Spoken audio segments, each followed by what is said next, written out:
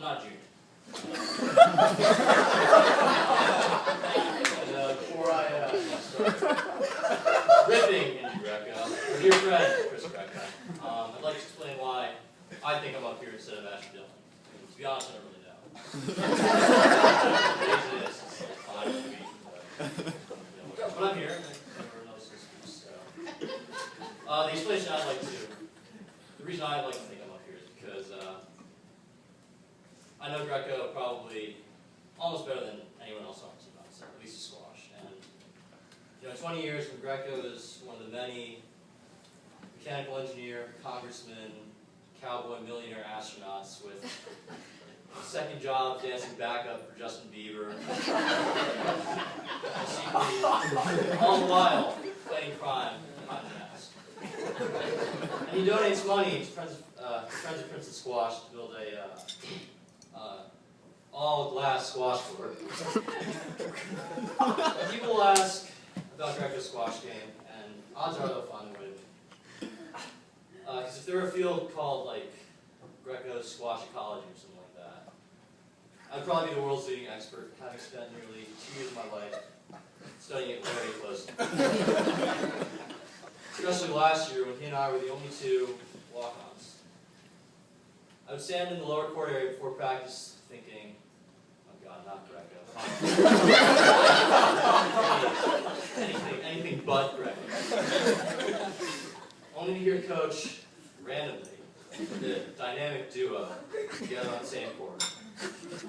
So this version had nothing to do with how much I liked or disliked Greco, but it was just overload. I mean,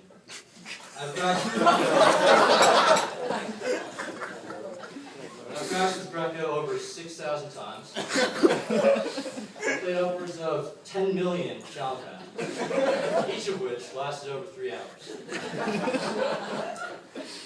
On the whole, however, I like Greco. We have a lot in common. We both walk-ons. We both like the Yankees, and of course, we both enjoy making fun of Todd behind his back.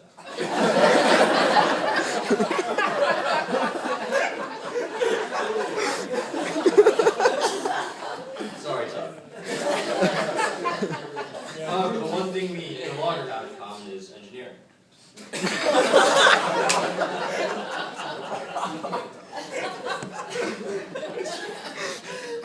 My first thought when joining the team as a bright-eyed freshman engineer was something like this. Oh goody, I'll be able to go to Greco for help. How wrong I was. On long bus rides back from away matches, or in the locker room after practice, I'd walk over to Greco's seat with physics problem sets or math homework, and he'd always spend 5 to 10 minutes convincing me he knew the answer before finally sending me to kneel.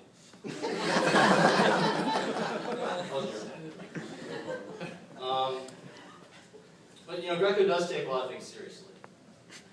But arguably nothing is more serious than his role as lead director of after practice quick stretching and cool down. Being the only person on the team who actually stretches without being told to. Coach one day decided to designate Greco for this prestigious position.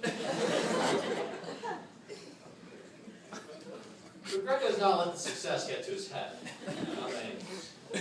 He makes himself just one of the boys, always saying things like, all right, I want to get out of here just as much as you do.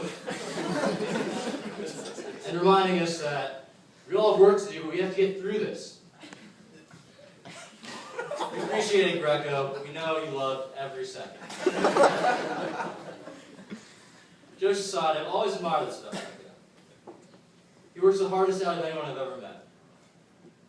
I once asked him what his secret was, how he managed to balance everything.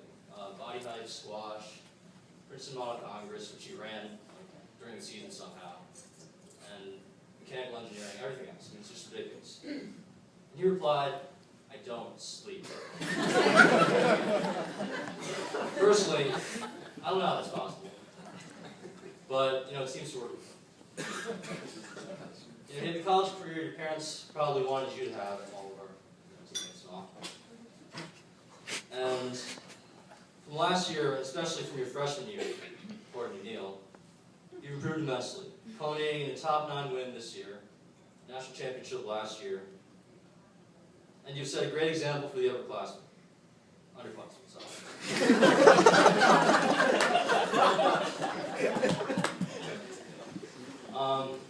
I speak for everyone when I say that we'll all miss you next year.